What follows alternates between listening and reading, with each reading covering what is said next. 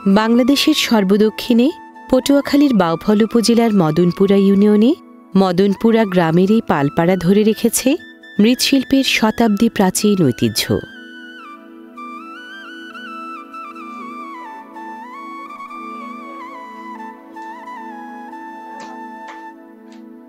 এই পালপাড়ার কুমাররা মৃৎপণ্য বানাতে পটুয়াখালীর সবচেয়ে সেরা এঁটেল মাটি ব্যবহার করেন।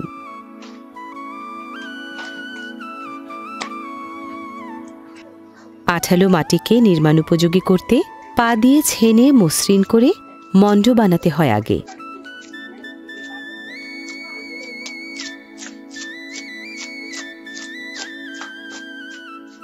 সাধারণত 1 ভাগ বেলের সাথে 2 ভাগ কালো এঁটেল মেশালে তৈরি হয় উপযোগী মাটি। নদীশাসিত বাংলাদেশের ভূতাত্ত্বিক গঠনে মূল ভূমিকা মাটির। প্রকৃতির সম্পদ কুমাররা মৃৎপাত্র বানাতে ব্যবহার করছেন যুগ যুগ ধরে।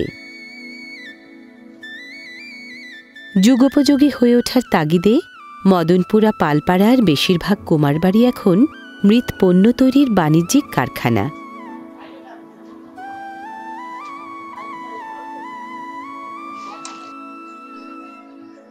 মৃৎপণ্যের ধরনভেদে দাড়িপাল্লায় মণ্ড মেপে প্রথমে সেই সব মণ্ডকে হাত দিয়ে বেলে গোলাকার গোল্লা বানান এখানকার মৃৎকর্মীরা।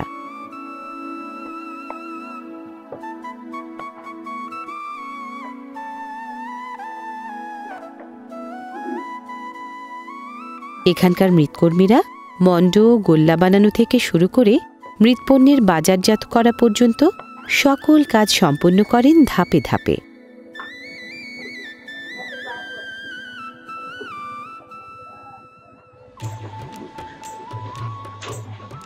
হাতচালিত চাকের বদলে এখানকার কুমাররা মাটির জিনিস বানান মোটর চালিত চাকে।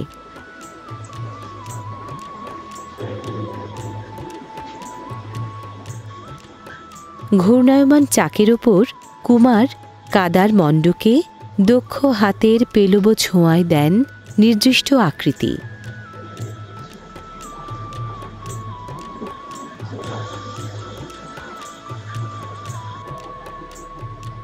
অল্প সময়ে এখন বেশি মৃৎপাত্র বানানো যায় আধাযান্ত্রিক এই প্রযুক্তি ব্যবহার করায়।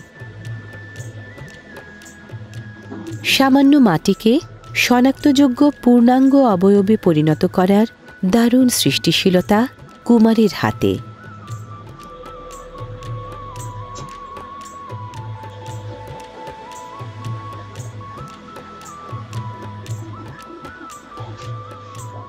কুমারের দক্ষতা আর আধাযান্ত্রিক প্রযুক্তি মিলে মৃৎপাত্র এখন নিখুঁত বেশি, সুদৃশ্যও বেশি।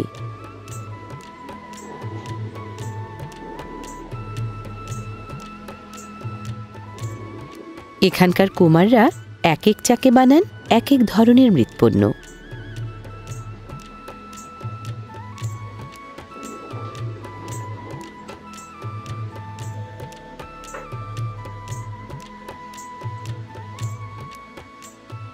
চাকে বানানো মৃৎপণ্যগুলোর দেহ কাঠামো প্রাথমিকভাবে শক্ত করার জন্য এভাবে নির্দিষ্ট সময়ের জন্য রাখা হয় শেলফের তাকে তাকে।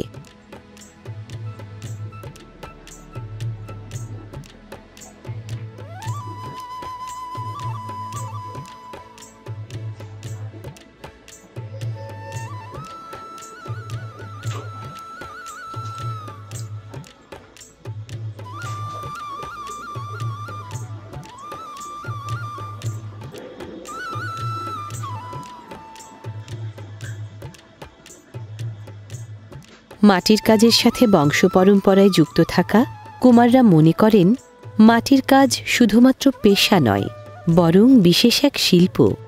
ধারণা করা হয় এই শিল্প বাংলাদেশ ভূখণ্ডে বিকাশ লাভ করেছে কম বেশি ৩,৫০০ বছর আগে।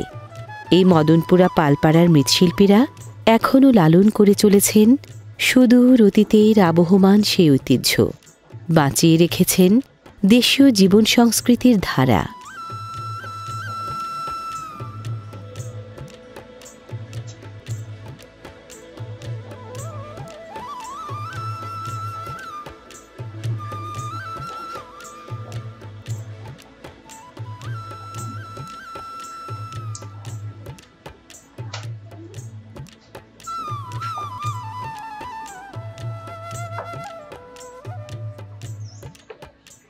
এই মদনপুরা পালপাড়াটি পটুয়াখালী শহরের প্রায় ৩০ কিলোমিটার উত্তর পূর্বে এবং বাউফল উপজেলা সদরের প্রায় ২ কিলোমিটার উত্তর পশ্চিমে।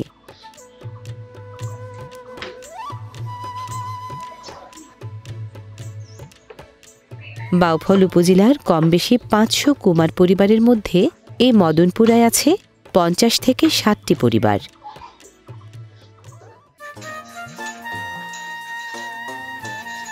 এগুলো ছাঁচ বা ডাইস। সমান মাপের চাকের মধ্যে বসিয়ে এই ডাইস দিয়ে কারিগররা থালা বা প্লেট বানান। প্লেট তৈরির চাকের যন্ত্রপাতি অন্য চাক থেকে কিছুটা আলাদা।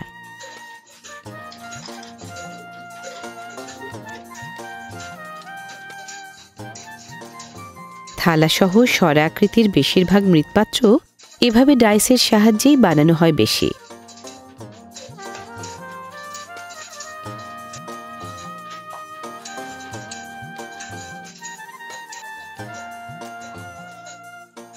ডাইসে বানানো থালার দেহ কাঠামো প্রাথমিকভাবে শক্ত করার জন্য খোলা হাওয়ায় সাধারণত রাখা হয় ডাইস সহই।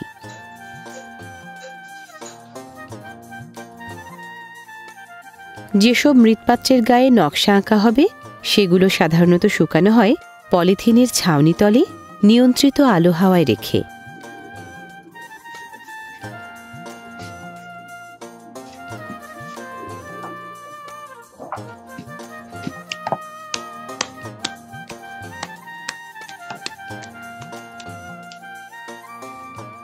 ডাইস ব্যবহারের মাধ্যমে শুধু দৈনন্দিন ব্যবহারের সাধারণ মৃৎপাত্র নয়, এখানকার কুমাররা বিভিন্ন ধরনের খেলনা আর ঘর সাজানোর নান্দনিক জিনিসও তৈরি করেন নিপুণ হাতে।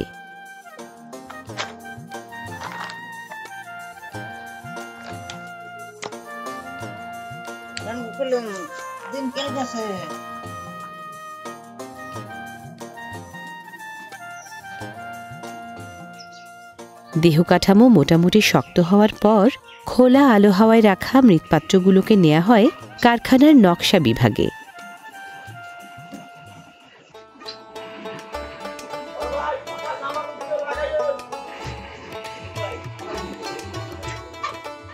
এখানে প্রথমে মৃৎপাত্রের গা চেঁচে মসৃণ করা হয়, পরে মৃৎপাত্রের গায়ে নকশা মাফিক আঁকা হয় রেখা।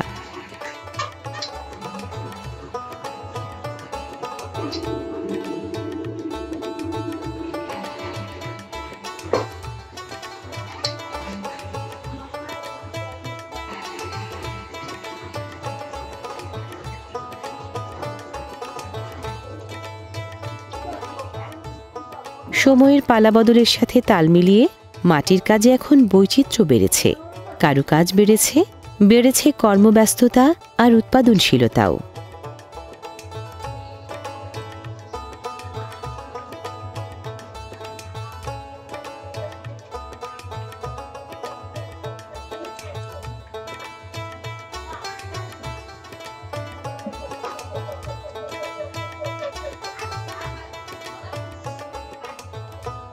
গামলা, মালসা, হাঁড়ি, পাতিল, কলসির মতো একসময়ের বহুল ব্যবহৃত মৃৎপাত্রগুলো এখন কম তৈরি হয় এই মদনপুরা পালপাড়ায়। আধুনিকতার ছোঁয়া দিয়ে এখন শৌখিন ও সাজসজ্জার জিনিসপত্রই বেশি তৈরি করেন এখানকার মৃৎশিল্পীরা।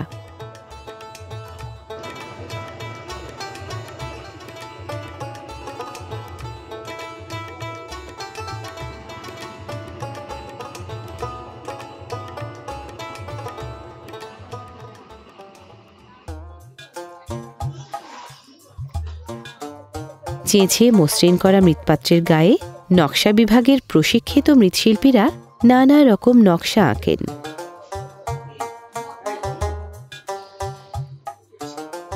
সাধারণ মৃৎপাত্রের গায়ে নকশার শৈল্পিক আঁচড় পড়লে চারুশিল্প হয়ে ওঠে তা।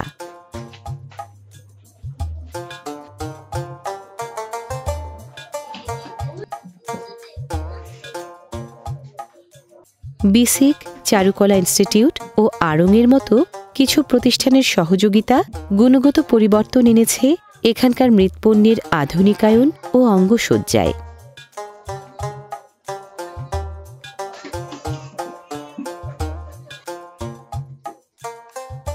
কম বেশি গোটা বিশেক নকশার মিশেলে নানা ধরনের মৃৎপাত্র অলঙ্কৃত করেন এখানকার মৃৎশিল্পীরা।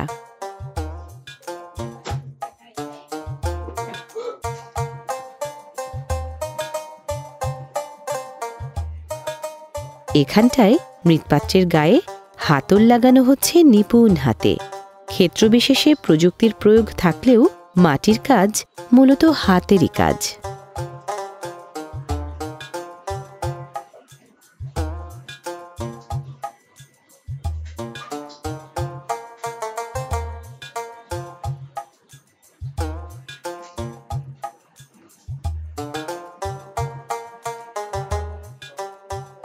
মদনপুরা পালপাড়ার কুমাররা উৎপাদিত মৃৎপণ্যের একাংশ সরাসরি নিজেরা বিক্রি করলেও বেশিরভাগ পণ্যের বিপণন সাধারণত হয় আড়ং, হিট Bangladesh, Corr the Jute Works ও ঢাকা হ্যান্ডিক্রাফটসের মতো বাইং হাউসের মাধ্যমে।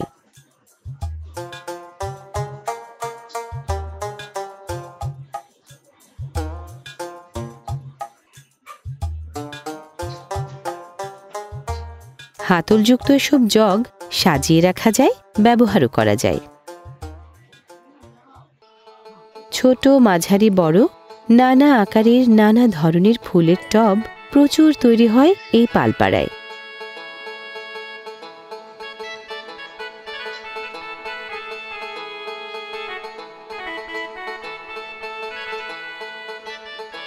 নকশাদার এসব টবের চাহিদা বেশি শহরাঞ্চলে।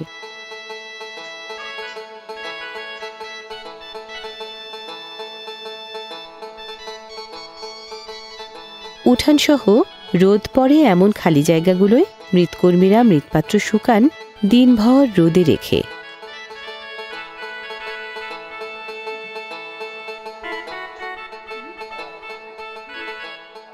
ঘূর্ণায়মান চাকে মৃৎপাত্র গড়ার কাজটা বাদে বাকি প্রায় সব ধরনের কাজই এই পালপাড়ার মেয়েরা করেন ছেলেদের সাথে পাল্লা দিয়ে।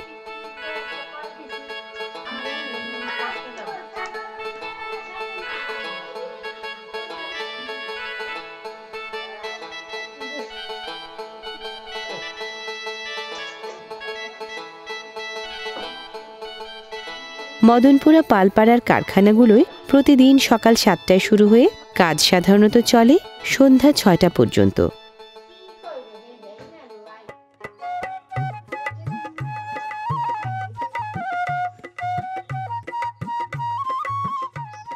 পালপাড়ার এ বাড়ি ও বাড়ি সব বাড়ির উঠানেই দিনভর রোদ পোহায় রকমারি মৃৎপাত্র।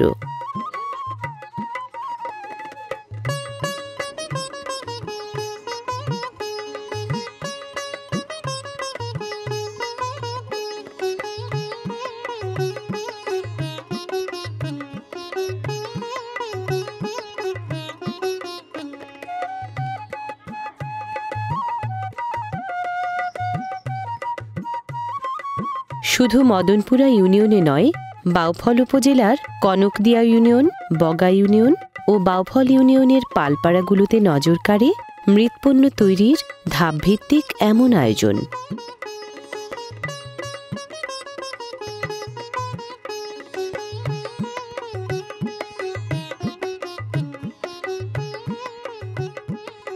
কাঁচা মৃৎপাত্র রোদে শুকানো হয় আবহাওয়ার রকমফেরের সাথে তাল মিলিয়ে।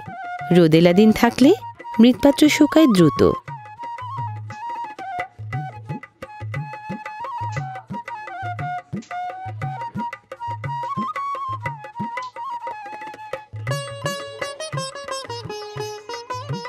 কাঁচা মৃৎপাত্রের নরম দেহ কাঠামো শক্ত সাধারণত করা হয় গড়ে 10 থেকে 12 ঘন্টা রোদে শুকিয়ে।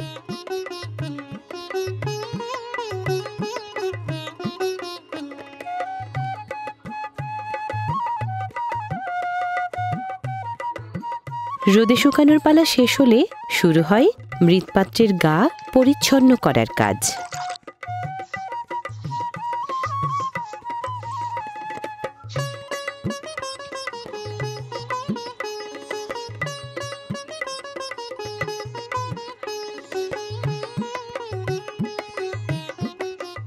পানিতে ন্যাকড়া ভিজিয়ে মৃৎপাত্রের আগপাশতলা ভালোভাবে মুছলে গায়ে লেগে থাকা ধুলা, বালি, ময়লা দূর হয়।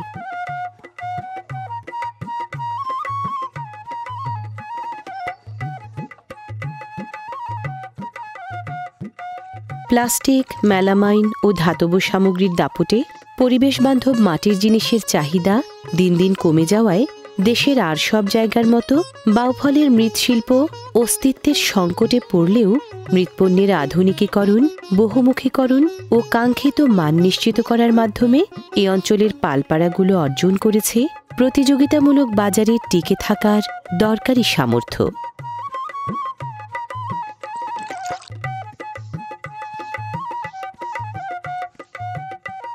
ভেজা ন্যাকড়া দিয়ে মোছা মৃৎপাত্র শুকনা কাপড় দিয়ে মুছলে মৃৎপাত্রের গা মসৃণ হয়।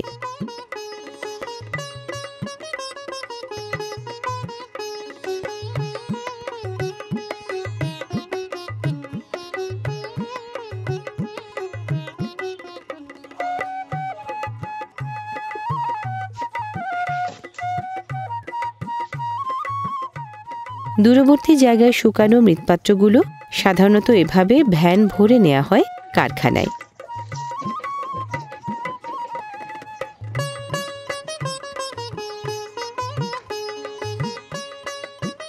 স্থানাভাবের কারণেই এভাবে মৃৎপাত্র শুকিয়ে আনা হয় নানান জায়গা থেকে।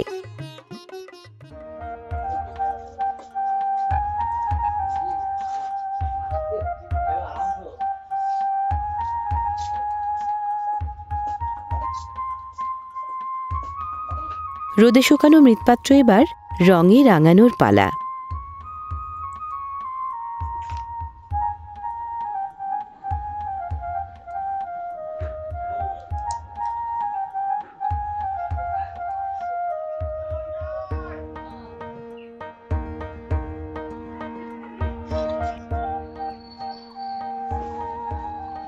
মৃৎপাত্রের গায়ে রঙের প্রলেপ দিতে খয়ের, কাপড় কাচার সোডা, গাছের ছাল ও দস্তাসহ বিভিন্ন যৌগের মিশ্রণ ব্যবহার করা হয়।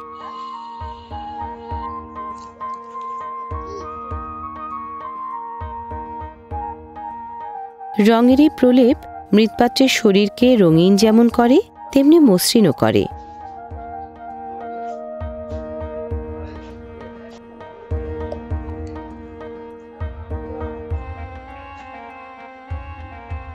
এবার আবারও নকশার কারুকাজ।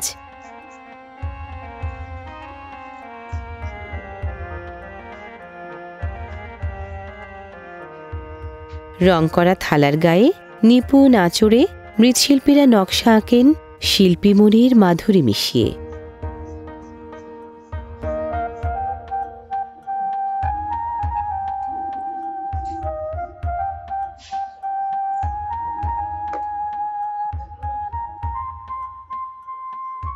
শুধু থালা নয়, চায়ের কাপ ও পিরিচসহ নানান পদের মৃৎপণ্যে নকশা আঁকেন মৃৎশিল্পীরা।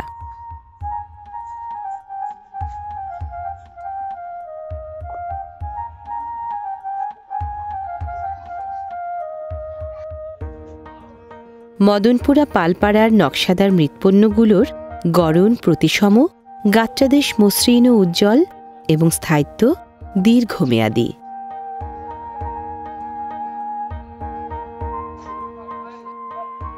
দৃষ্টিনন্দন এসব মৃৎপণ্য পুরোপুরি ব্যবহার উপযোগী।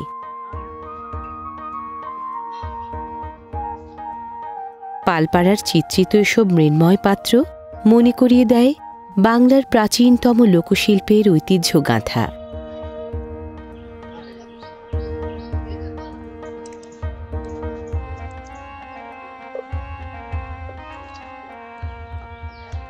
রং ও নকশার পালা ফুরোলে রোদে রাখা মৃৎপণ্যগুলোকে নিয়ে প্রস্তুতি চলে আগুনে পোড়ানোর।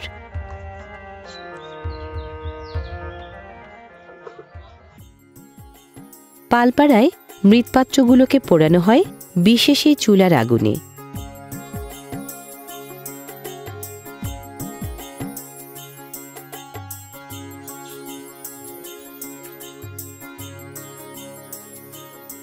বিশাল আকার চুলার উপরে নানা ধরনের মৃৎপাত্র কুমাররা সযত্নে সাজান থরে থরে।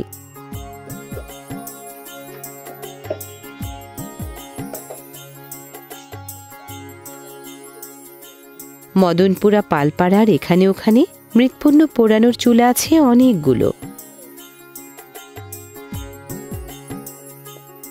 চুলাগুলোয় কখনো পোড়ানো হয় রং ও নকশা করা বিশেষ মৃৎপণ্য, কখনো বা পা ঘষানি ও জালের কাঠি সহ সাধারণ সব মৃৎপণ্য।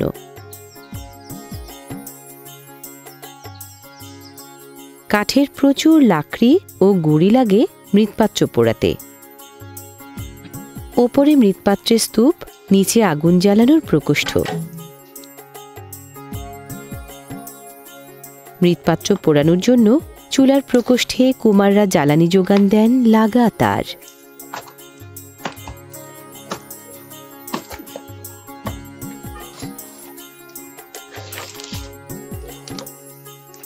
লাকড়ি ও গুড়ির সাথে কাঠের গুঁড়া ও তুষও লাগে চুলায়। চুলার গনগনে আগুনে জ্বালানি পুড়লে চুলার ফুটো ফাটা দিয়ে ধোঁয়া বের হয় গল গল করে।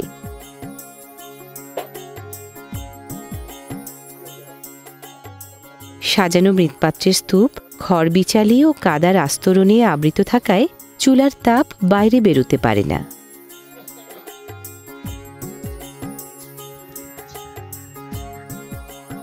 পুইনঘর বা চুল্লি ঘরের এই ধোঁয়া উদ্গীরণ এই পালপাড়ায় প্রতিদিনের চেনা চিত্র।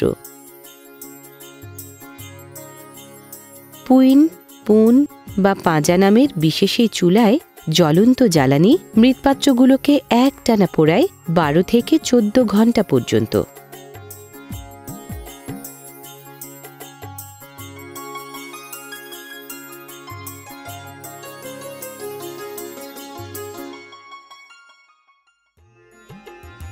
চুলার আগুনে পুড়ে রোদে শুকানো কাঁচা মাটির পাত্র পায় স্থায়ী রূপ। আগুনে পোড়া মৃৎপাত্রকে ইংরেজিতে বলে সিরামিক। সিরামিক এসেছে গ্রিক শব্দ ক্যারামাস থেকে। ক্যারামাস মানে মৃৎশিল্পীর মাটি।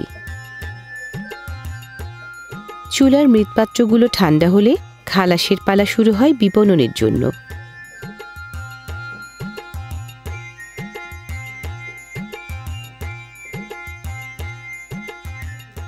মদনপুরা পালপাড়ার মৃৎপণ্য বিক্রি হয় নানা জায়গায় নানা তরিকায়। স্থানীয় চাহিদা মিটিয়ে পাইকারদের মাধ্যমে বিক্রি হয় দেশ জুড়ে, আর বাইং হাউসের মাধ্যমে বহির্বিশ্বে।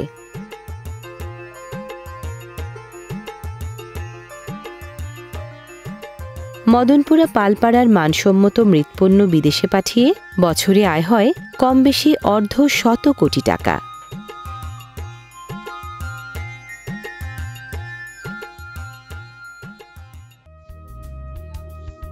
মদনপুরের বিক্রয় কেন্দ্রগুলোয় মৃৎপণ্য বিক্রি হয় সরাসরি এবং অনলাইন অর্ডারের মাধ্যমে।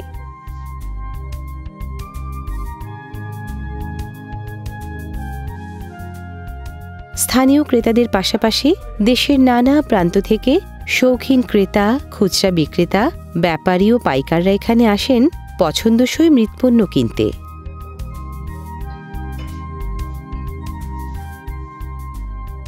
নানান মাপের হাঁড়িকুড়ি, চায়ের কাপ ও পিরিচ, মগ, গ্লাস, কলমদানি, প্লেট ও শানকি সহ গার্হস্থ্য জীবনের দরকারি প্রায় সব সামগ্রী আছে এখানে।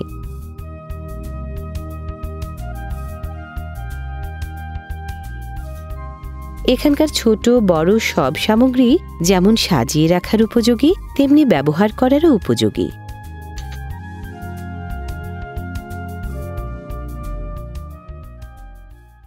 আমার নাম বরুণ পাল।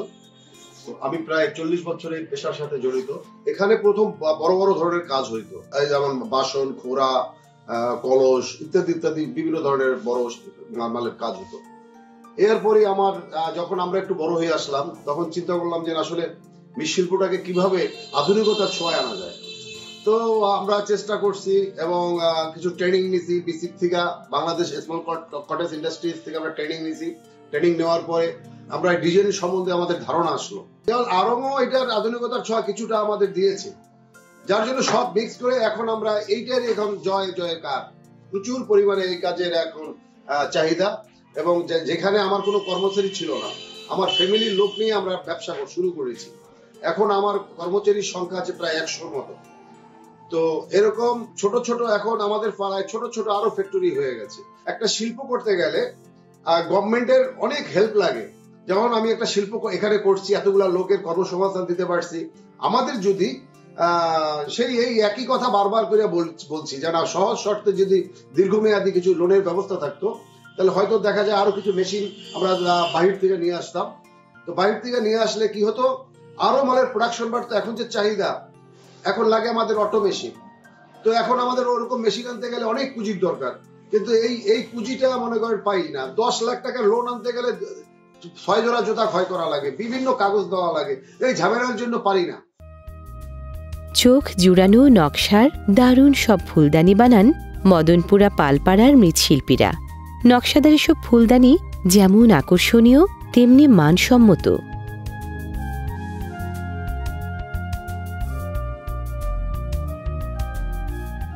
এখানকার প্রায় প্রতিটি মৃৎপণ্যেই শিল্প নৈপুণ্যের গরিমা, কমতি নেই পণ্য বৈচিত্র্যেও।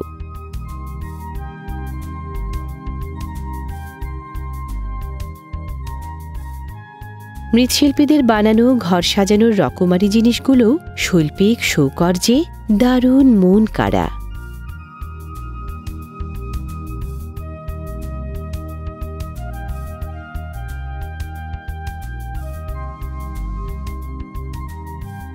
ঐতিহ্যবাহী প্রতিকৃতি, পুতুল ও খেলনা থেকে শুরু করে ধর্মীয় অনুশাসন লিপি ও বিগ্রহ, কোনো কিছুরই অভাব নেই এখানে।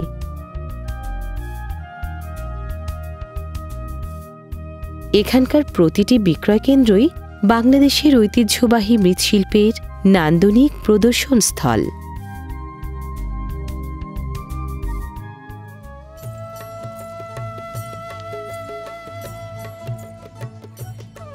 মদনপুরা পালপাড়ায় কারখানাগুলোর প্যাকেজিং সেকশনে মৃৎকর্মীরা চালানোপযোগী মৃৎপণ্যগুলোকে কাগজে মুড়িয়ে মোড়কবন্দি করেন যত্নের সাথে।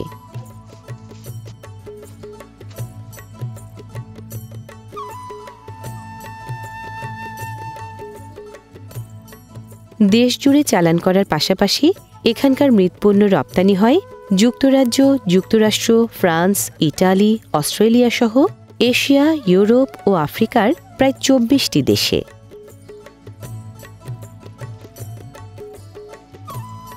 বাউফলের মদনপুরা পালপাড়ার রকমারি মৃৎপণ্য, শিল্পের শৈলী আর ঐতিহ্যের গরিমায় দেশে ও বিদেশে বিলিয়ে চলেছে বাংলার প্রাচীনতম লোকশিল্পের রং, রূপ, সুষমা।